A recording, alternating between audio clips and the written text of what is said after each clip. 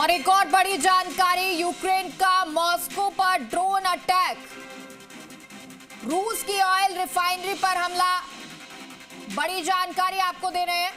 Refinery में लगी भीषण आग, काले धुएं से भरी पूरी जगह ऑयल रिफाइनरी पर यह भीषण हमला हुआ है।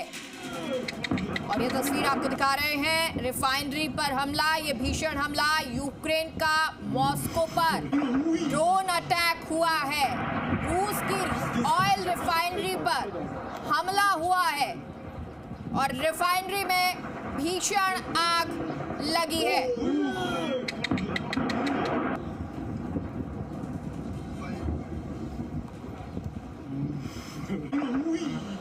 यूक्रेन ने ये ड्रोन अटैक किया है और यूक्रेन ने मॉस्को पर ड्रोन अटैक किया। रूस की ऑयल रिफाइनरी पर हमला किया गया है। ये तस्वीर भी आपको दिखा रहे हैं। जब ये ड्रोन अटैक हुआ, ये हमला हुआ, चारों तरफ धुआं ही धुआं नजर आने लगा।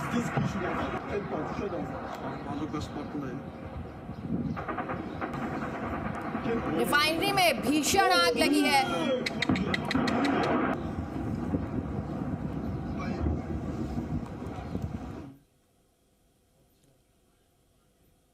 तो ट्रंप ने ट्रुथ पर पोस्ट किया है, हम शांति के लिए कमिटेड हैं।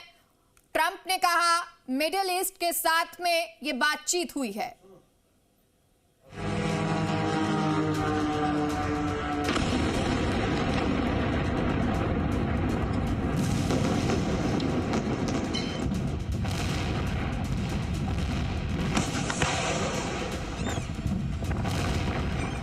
आसमान को चीरती आग की गगनचुंबी लपटें, धुएं का ऐसा खौफनाक गुबार जिसने दिन को रात में बदल दिया, और हवा में तिनके की तरह उड़ती लोहे की छतें।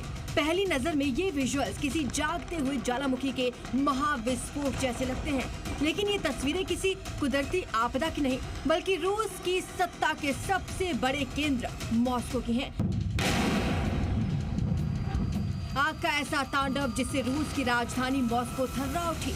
आसमान में धुएं का ऐसा कब्जा कि कुछ ही सेकंड में मॉस्को के ऊपर काला सन्नाटा पसर गया। पुतिन की वो ऑयल रिफाइनरी जिसे रूस का पावर हाउस कहा जाता था, उसे यूक्रेन के सिर्फ एक हमले ने मलबे और बारूद के ढेर में तब्दील कर दिया। जरा गौर से देखिए इन तस्वीरों को। धमाका इतना जोरदार था कि रिफाइनरी की मजबूत छतें हवा में ताश के पत्तों की तरह उड़ गई। तबाही का ये मंजर क्रेमलिन से महज 15 किलोमीटर की दूरी पर हुआ। यानी यूक्रेन के ड्रोन अब पुतिन के सिंहासन के बिल्कुल करीब पहुंच चुके हैं। बीते 4 साल से जारी इस जंग में यूक्रेन का ये अब तक का सबसे बड़ा पलटवार माना जा रहा है। मॉस्को में मचे इस हाहाकार के पीछे प्रतिशोध की वो आग है जो 15 जून को रूस ने भड़काई थी। रूस ने यूक्रेन के 2 सबसे बड़े शहरों राजधानी कीव और खार्किव पर अब तक का सबसे क्रूर हमला किया था। एक साथ 70 घातक मिसाइलें और 611 विनाशकारी ड्रोन यूक्रेन की धरती पर झोंक दिए गए थे। यूक्रेन के एयर डिफेंस ने हवा में ही 632 मिसाइलों और ड्रोन्स को मार गिराया, लेकिन इसके बावजूद पुतिन की 20 बैलिस्टिक मिसाइलें और 27 ड्रोन यूक्रेन की 42 अलग अलग जगह पर काल बनकर गिरे थे। इस रूसी हमले में 1000 साल पुराना ऐतिहासिक चर्च जलकर राख हो गया था। यूक्रेन इस जख्म को भूला नहीं था और उसने महज 72 घंटे के भीतर रूस के दिल यानी मॉस्को को दहलाकर अपना बदला ले लिया।